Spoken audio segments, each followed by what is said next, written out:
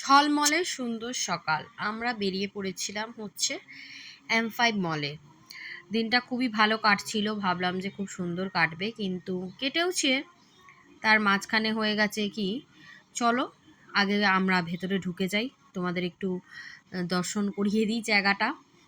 এই M5 মলটা কাছে হয়ে সুবিধা হয়েছে, কাছে নয় তাও বাড়ি থেকে 20-25 কিলোমিটার দূরেই। আগে আমাদের আরও অনেকটা দূরে মলে যেতে হতো, তো এটা কাছাকাছি হওয়াতে আমি প্রায় দিন আমরা এখানে চলে আসি ফ্রি থাকলেই। আমরা এসেছিলাম জ্যাকি শ্রফের একটা নতুন কি সুপারস্টার দাদাজি না সুপার হিরো দাদাজি, সিনেমার নামটা ভুলে যাচ্ছি, ওটা দেখতে এসেছিলাম। আর এমনি মলে ঘুরতে তো ভালোই লাগে, ছিল রবিবার দিন আমরা চলে এসেছি।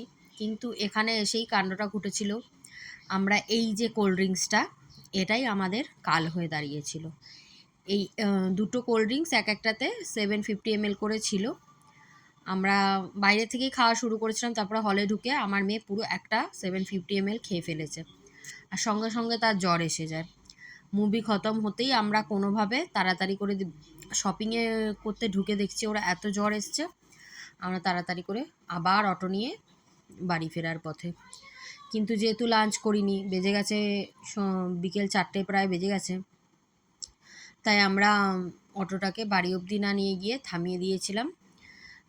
এখানে নন্দনা হোটেলের খাবার প্রায় দিন আমরা অর্ডার করি জোম্যাটো থেকে, তো ওই নন্দনা হোটেলে গিয়ে এই চিকেন কাবাবটা, শোলে কাবাব, চিকেন শোলে কাবাব আর মাটন বিরিয়ানি আর পুটুর জন্য হচ্ছে রাসাম রাইস অর্ডার করেছিলাম, কারণ বমিও প্রচুর করছিল।